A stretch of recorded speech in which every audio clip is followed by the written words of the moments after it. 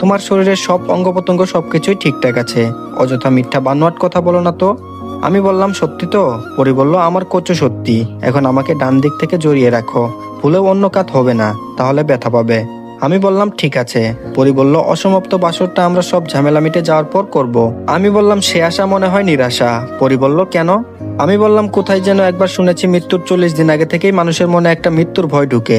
আমার মনে অনেক দিন আগে থেকে এই ভয়টা ঢুকেছিল, কিন্তু বুঝতে পারিনি মৃত্যু এত সন্নিকটে আমার।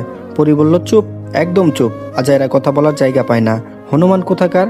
আমি বললাম আল্লাহ ভালো জানে। হুররাতে ঘুম ভেঙে গেল। পরি আমার বুকে মাথা রেখে ঘুমোচ্ছে, অন্ধকারে কিছু দেখছি না। চোখ বুঝতে চেষ্টা করলাম কিন্তু ঘুম আর আসছে না। তাই আমিও অপর হাত দিয়ে পরীকে একটু জড়িয়ে ধরে ওর কপাল থেকে এলোমেলো চুলগুলো সরিয়ে একটা ভালোবাসার স্পর্শ এনে দিলাম।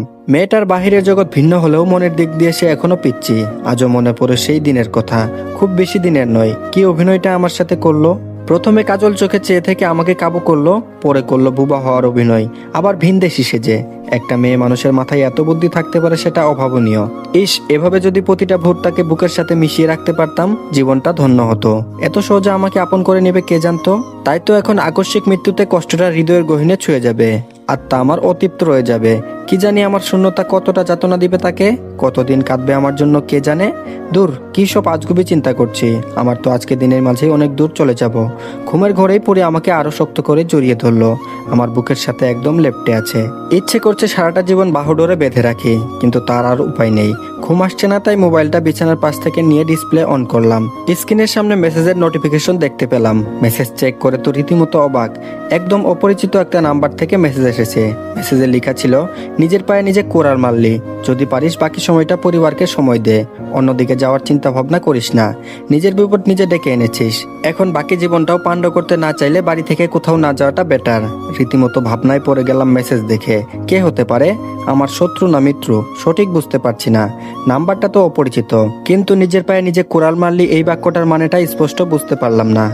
খুব সকালে বাসে করে রওনা হলাম রাঙামাটির উদ্দেশ্যে। ঠিকানা অনুযায়ী পৌঁছাতে 2-2.5 ঘন্টা লাগবে। আব্বু আম্মু আর বন্ধুটোর থেকে বিদায় নেওয়ার সময় কেমন যেন লাগছিল, মনে হচ্ছিল এটাই শেষ দেখা। এখন শুধু মেসেজ আর অপরিচিত সেই লোকগুলোকে নিয়ে মগ্ন আমি। প্রতিনিয়ত ভাবিয়ে তুলছে ওরা কারা। কেমন যেন মনে হচ্ছে ওরা শুভ্রার লোক না তো। যাই হোক, আমি শুভ্রার সাথে যাচ্ছি না, আমি পরীর সাথে পাড়ি জমাচ্ছি অজানায়, একটু সুখে থাকবো বলে। পরীর ভালোবাসা আর তার উপর সম্পূর্ণ আস্থা আছে আমার। আমার কাঁধে হেলান দিয়ে পরি শুয়ে আছে, আমি একটি হাত দিয়ে তাকে বিপরীত পাশ থেকে জড়িয়ে ধরে আছি। গাড়ি চলছে আপন গতিতে। পরীকে কিছু কথা জিজ্ঞেস করার বাকি আছে, এখনই উপযুক্ত সময়, কারণ এই প্রশ্নগুলোর উত্তর আনাসের থেকে স্পষ্ট পাইনি। আমি বললাম পরি। পরি বলল হুম। আমি বললাম আমাকে মারার উদ্দেশ্যটা কি শুভ্রার, তুমি একটু স্পষ্ট করে বলবে? পরি বলল কেন এসব খুঁচিয়ে তুলছো? আমি বললাম প্লিজ বলো। পরি বলল বলে দিব। আমি বললাম হুম। পরি বলল এখন বলবো না, সময় হলে বলবো। আমি বললাম আমি কিছু কারণ বলি, দেখো মিলছে কিনা। পরি বলল হুম বলো। আমি বললাম প্রথমত আমি একটা সিম কোম্পানির এজেন্ট, আমাকে সরিয়ে আমার জায়গায় নিজস্ব এজেন্ট দিবে, তারপর সব খবরাখবর সংগ্রহ করবে। দ্বিতীয়ত আমার মৃত্যুটা দিয়ে হ্যাকিং এর পুরো বিষয়টা ধামাচাপা দিবে। পরি বলল দূর বুদ্ধু, প্রথমের কারণটা ঠিক আছে, তবে দ্বিতীয়টা সম্পূর্ণ অযৌক্তিক। আমি বললাম কিভাবে? পরি বলল এটা কোনোভাবে সম্ভব না, দেশে প্রতিনিয়ত খুন হচ্ছে, সাধারণ 8-10টা খুনের সাথেও এটা চলে যেত, এটা কোনো হ্যাকিং এর উপর প্রভাব ফেলতো না। তোমাকে হত্যা করার পিছনে রয়েছে পুরনো কোনো শত্রুতা, দেখো মনে করে আছে কিনা।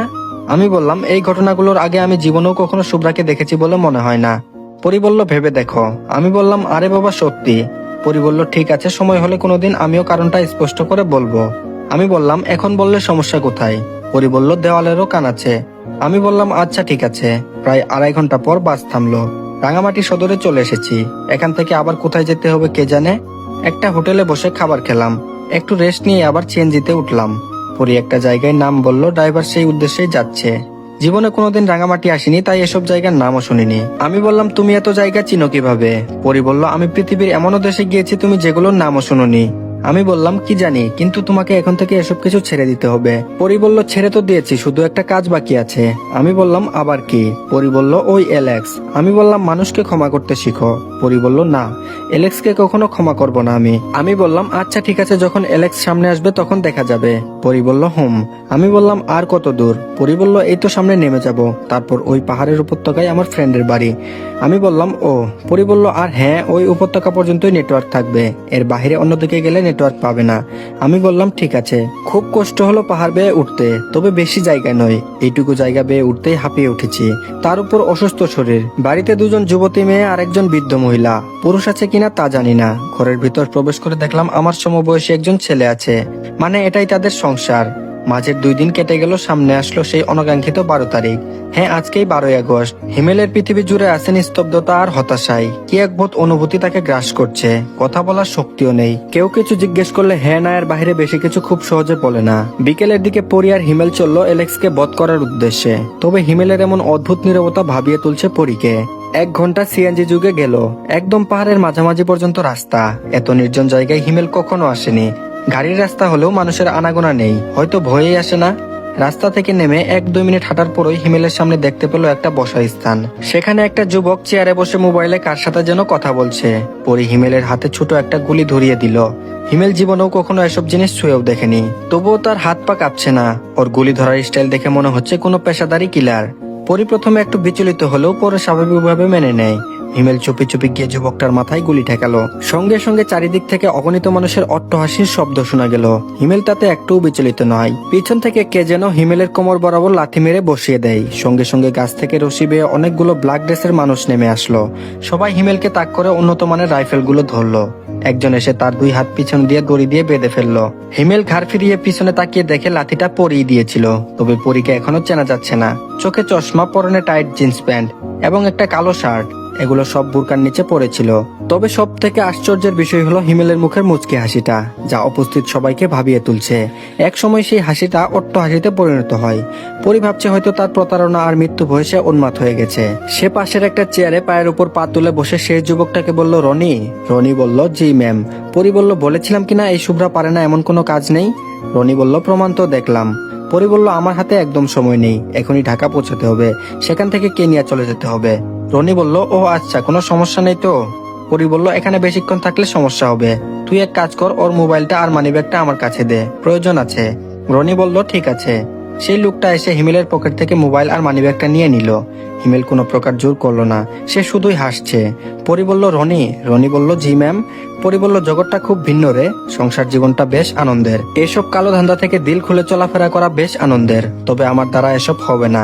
আমরা চাই সেই কালো ধান্দা। রনি বলল, হুম ম্যাম। পরি বলল, আর যাই বলিস, আজকের এই মার্ডারটার মধ্য দিয়ে পৃথিবী থেকে মুছে যাবে একটি মানুষের নাম, আর এটা তোর হাত দিয়েই হবে। রনি বলল, নো প্রবলেম। পরি বলল, আচ্ছা, বিএমডব্লিউ গাড়িটা 100 স্পিডে টেনে গেলে এই পাহাড়টা পার হতে কতক্ষণ সময় লাগবে? রনি বলল, আনুমানিক 15 মিনিট। পরি বলল, তুই ঠিক 15 মিনিট পর কেসটা ক্লোজ করবি, মানে ফিনিশ, শত হলেও স্বামী। যদি মাঝপথে ভীমরতি ধরে, তাই পার হওয়ার পর পুরোই মেরে দিস ওকে। রনি বলল, ঠিক আছে। শুভ্রা উঠে দাঁড়ালো। হিমেলের সন্নিকটে এসে বলল, খেলাটা তুই শুরু করেছিস, শেষটা আমি করলাম। কিসের জন্য তোর মৃত্যু হবে সেটা না জেনে আজকে তোকে মরতে হবে, তাতে কষ্টটা তো অনেক গুণ বেশি হবে। আর হ্যাঁ, আগামী প্রজন্মের সাথে যদি তোর দেখা হয় বলে দিস সহজ সরল আর মানবতা নিয়ে যেন না জন্মাই, তাহলে পরিণতি তোর মতোই হবে। বাই কলিজা, ফি আমানিল্লাহ। হিমেল এবার অট্টহাসি থামিয়ে মনে মনে হাসছে। কি কারণে এভাবে হাসছে কারো জানা নেই। তবে কি হিমেল শুভ্রার পরিকল্পনা সম্পর্কে আগে জানতে পেরেছিল? জানতে পারলে পালালো না কেন? আনাস কি পেরেছিল শুভ্রার ওয়েবসাইট হ্যাক করতে? পেরেছিল কিনা এত বড় ক্ষতি থেকে দেশকে বাঁচাতে? পিছনের 2টা দিন কি হয়েছিল? হিমেলের এই অদ্ভুত হাসির পিছন লুকিয়ে থাকা রহস্য কি? আর এই এলেক্সটাই বা কোথায়? সেদিন রাত প্রায় 10টার সময়। হিমেলের নেই মনে শান্তি, তার মনটা যেন উদ্বিগ্ন।